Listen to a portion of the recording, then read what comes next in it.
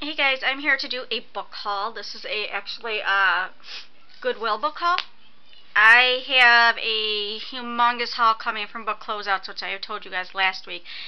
And I was expecting them this week, but I've been checking tracking on it, and there's been no tracking on it. So I finally, you have to email them. They have no phone number.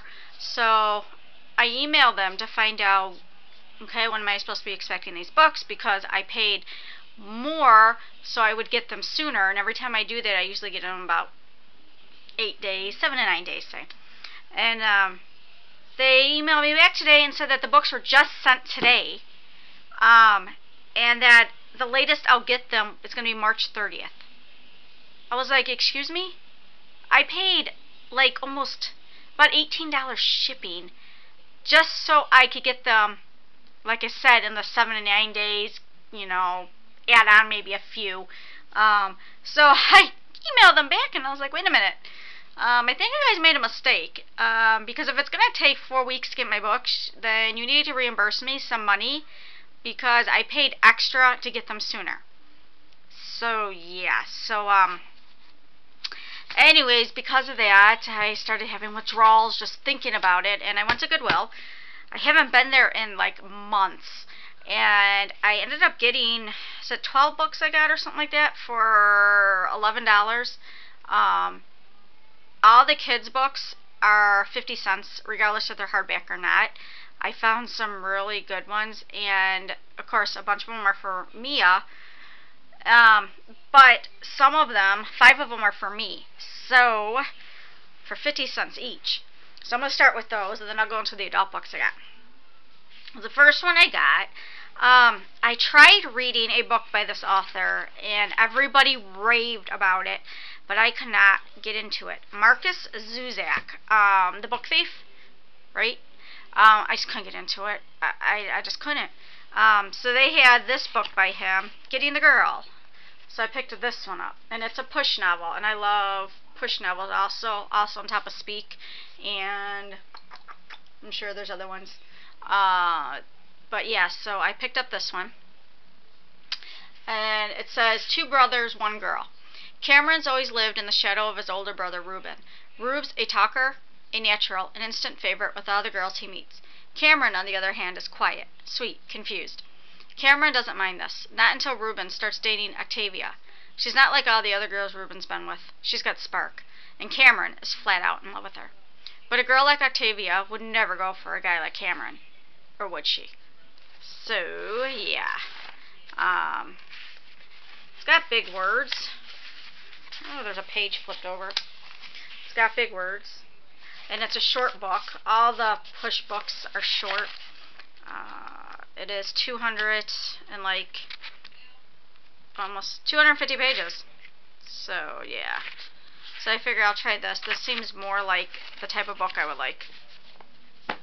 The next one I got is Friction by E.R. Frank. And I had another book by him called Wrecked. I think it was by him. What the heck are you doing? I got feet sticking out at me. Okay.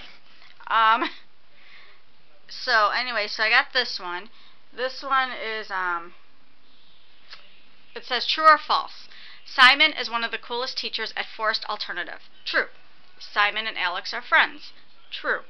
Tim is jealous of Alex and Simon. False. Until Stacy walks into class, flashing her tongue ring, swishing her hair, and spreading rumors. Dirty rumors. The kind that make you second guess who your real friends are, and their intentions. Rumors like Stacy's test and sometimes ruin friendships as strong as those among Tim, Alex, and Simon. Rumors are dangerous, but not always as dangerous or ugly as the truths from which they spring. So this is a Simon Pulse novel. This also sounds very good, and it's the short paperback. The next 3 I got are hardcover books, and they're like more like a collectible, if you will. The first one I got is by Kate DiCamillo. It's The Tale of Despero, but it's like an awesome book, like the way it, this is what it looks like. It's illustrated by Timothy Basil Eyring. This is the side of it, the back, and then it's got those ruffled pages, which I love. And then underneath the dust jacket, it would look cool even like this. So yeah, you can see, and it is a little bit worn, roughed up on the corners, but you know what? For some reason with this book, it gives it character to me, and I don't mind it at all. This is what it looks like when you open that. So it looks like a classic book. Let me see. The words are like this. Now this is definitely a younger child's book, but I love the way it looks. Here's some drawings, some illustrations. This is by Candlewick Press. And yeah, when I seen this, there was two. One did not have a dust jacket, and then this one did. And like I said, 50 cents. Here's like another one. So yeah, very, very excited. Excited about these. Yeah. Or about this. Well, yeah. Very, very exciting. Love it. And then the next one I got is a classic library. It is Alice's Adventure in Wonderland and Through the Looking Glass. So another one that is very, very cool looking. This is like, it feels like a leather binding here. Trying to remember Tim from Bumblebee, how he explained books. This one, it's definitely stitching, at least it looks like stitching to me. I don't know if you guys can tell that. The yellow looks like gold and red. This one is signed. This book belongs to Ellen Elizabeth, spring 2003. But this is a nice checked pattern in here.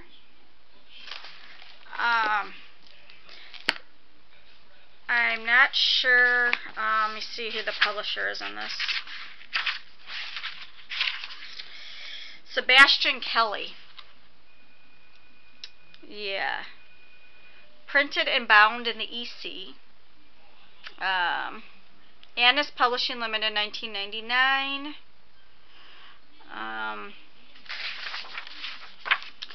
Love from Granny Leah. That's what it says in there. From Granny Leah. And the pictures in here are really nice too. And you can see that it's obviously got big words. So yeah, I'm really, really excited about this too. Now, of course, these books, I don't know if I'll actually read them. But as a lot of you people know, the people that have been following me for some time know that I look at books as artwork. So it's definitely art to me, and I don't always have to read the book to appreciate it. Here's some colored pictures. So yeah, I'm really, really excited about this one. Some more. Yeah. Then the last one I got is actually the first one that I seen, and I jumped at it. I couldn't believe that they had this there, and like I said again, 50 cents. These were one of my favorite books when I was younger, and I know that there was a tag going around about that before, asking about favorite books when you were younger, and I didn't remember it, you know, until, of course, I seen it. I was like, oh my gosh. But Shel Silverstein, this is A Light in the Attic. 50 cents. Where the Sidewalk Ends, that's the one that was my very first favorite, and then this one. If you guys don't know who Shel Silverstein is, he is a poet. This is him here. And they're just fun poems. you know, hiccup cure, the painter, hula eel, which is this one. So like I'll read that one. That one's a short one. Hula eel. Take an eel, make a loop. Use him as a hula hoop. Feel him twist and twirl and spin down your ankles, round your chin. Tighter, tighter, tighter yet. Ain't an eel a lovely pet? Hey, answer when I talk to you. Don't just stand there turning blue. So yeah, these are, and I mean just the illustrations too that go along with them. And he draws too. So yeah, very, very cool. Look at that. I'll read this one to you. It's called Surprise. My grandpa went to Myrtle Beach and sent us back a turtle each. And then he went to Kathmandu and mailed a real live cockatoo. From Rio an iguana came, a smelly goat arrived from Spain. Now he's in India, you see. My grandpa always thinks of me. And that's what this is here. So yeah, I'm just so excited. So excited about this. And this too has the very nice, of course, underneath you just have your normal, yeah. And this is in very good condition. Okay, now on to the adult books. I got, when I go there too, I literally go up and down, up and down, up and down. So, I got Icy Sparks. It's by Gwen Hyman Rubio, and it's an Oprah's Book Club book. I normally don't pick out her books or go looking for her books, but I do notice that when I tend to like a book, a lot of times it is an Oprah Book Club book. So this one says, rural Kentucky in the 1950s is not an easy place to grow up, and it's especially hard for 10-year-old Icy Sparks, an orphan who lives with her grandparents. Life becomes even more difficult for Icy when violent tics and uncontrollable cursing begin, symptoms brought on by a troubling affliction that goes undiagnosed until her adulthood. Icy's adolescence is marred by the humiliation of her illness, and its all too visible signs are the source of endless mystery and hilarity as everyone around her offers an opinion about what's troubling the girl. Eventually, Icy finds solace in the company of Miss Emily, an obese woman who knows what it's like to be an outcast in this tightly knit community. Narrated by a now-grown Icy, this novel shimmers with warmth and humor as it recounts a young girl's painful and poignant journey to womanhood and the many lives she touches and enriches along the way. So I thought it was interesting because of the whole having the tics and the cursing and, you know. So the next book I got, I wasn't going to get, and then I said, you know what, because they're $1. The paperbacks are $1 for the adults, and the hardbacks are $2. This one's called The Reader, and this is another Oprah's Book Club book by Bernhard Schlink, and I guess this is a movie now. So I got this one. I like that cover too. I wish that they didn't have the Oprah's Book Club thing, or it was a sticker I could take off. This one says, hailed for its coiled eroticism and the moral claims it makes upon the reader, this mesmerizing novel is a story of love and secrets, horror and compassion, unfolding against the haunted landscape of post-war Germany. When he falls ill on his way home from school, 15-year-old Michael Berg is rescued by Hannah, a woman twice his age. In time, she becomes his lover. She enthralls him with her passion, but puzzles him with her odd silences. Then she inexplicably disappears. When Michael next sees her, he is a young law student, and Hannah is on trial for a hideous crime. But as he watches her refuse to defend herself, Michael gradually realizes that his former lover may be guarding a secret she considers more shameful than murder. Yeah, so normally not what I would read, but I have to admit, with it being an Oprah Book Club book, that definitely tells you that that book is definitely a good book, and then it got turned into a movie. So the next book I got is called Swimming by Joanna Hershen. I love this cover too. And this one says, two brothers, one girlfriend, one fateful night at a New Hampshire pond where jealousy rages out of control, and suddenly the life of 8-year-old Lila Wheeler is forever changed. Living in New York a decade later, Lila, desperate to know what really happened that night, begins her search for the terrible truth and the lost brother who harbors it. So that sounds, you know, a mystery. That sounds good. The next two books I'm really excited about. Well, the next one has been on my wish list forever, and when I seen this, of course, I grabbed it. I am like so excited about it. Girl Interrupted by Susanna Kaysen. And speaking of, I love this movie. I love this movie with Angelina Jolie. Oh, love it. Susanna Kaysen. Isn't that the name of Winona Ryder? Or am I just, or is it similar? I haven't seen the movie in a while, but for some reason that just sounds really familiar. Or maybe Kaysen is the last name in there, but yeah.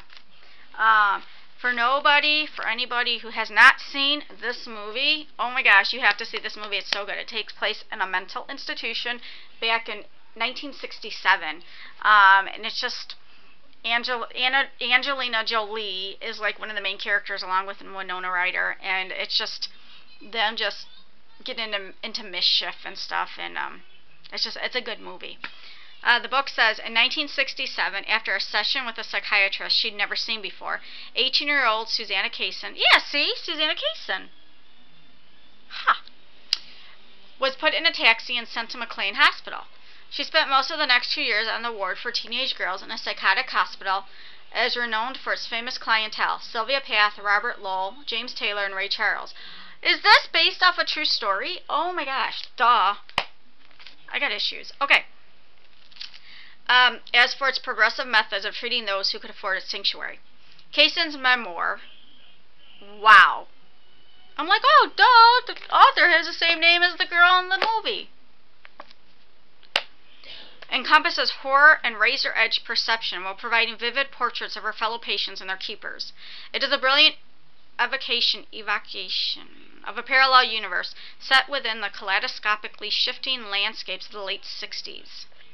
Girl Interrupted is a clear-sighted, unflinching document that gives lasting and specific dimension to our definitions of sane and insane, mental illness and recovery. And I just got issues because, seriously, I had no clue that this is a memoir. Let's go on. The next book I got was actually one of the last books I seen there. And I mentioned it, not this book, but a book related to it in one of my other videos, saying how I did not like it because it just didn't get into anything. So I'm hoping this one does. It's Fighting for Dear Life, the untold story of Terri Schiavo and what it means for all of us. This is the girl that was on life support, and her husband wanted to take her off of it, and her parents wanted to keep her on it, and it was their fight on what was going to happen. And the book I read pertaining to her didn't really give much backstory. It just, yeah. So I'm hoping that this one tells more. It's definitely a thicker book, and it's got more pictures in it. So I'm hoping. This one says, David Gibbs took a leap of faith in 2003 when Bob and Mary Schindler, Terri Schiavo's parents, asked him to represent them in their desperate battle to save their daughter's life. Taking the case, Gibbs embarked on a compelling journey that would forever change his life. He watched Terri fade away in her final days and was with Mary Schindler the last time she saw Terri alive. He witnessed what the media did not see or report, that Terri was not a vegetable, that she laughed, cried, and responded to verbal commands, and that yes, her life was very much worth saving. And then it goes on, and yeah, this is just a very disturbing, what happened is just very disturbing. And I'm probably pronouncing her last name wrong, but I'm sure everybody remembers this. This was in the news for so long, so I'm very excited about that one too. So those are the books I got to kind of help with my little withdrawals that I was having. I'm getting some books from Goodreads. So I've been getting books, but I haven't, except for that Book Closeouts order, I haven't really been spending a lot. Like I said, all these books, plus the ones I got for Mia today, was only $11, so I guess that's it. I'm still reading the John Wayne Gacy Jr. book. For some reason, it's a mass market paper size, and for some reason, it seems like it's taking me forever to read it, even though I'm seriously reading it hours on end. It's like I can't get through it. It's very, very interesting, though. So hopefully I'll have a review of that soon, because I have to start. I have to start Birthmarked for the book club I'm in on Goodreads. That starts tomorrow. This book. So, all right. I'll talk to you guys later. Bye.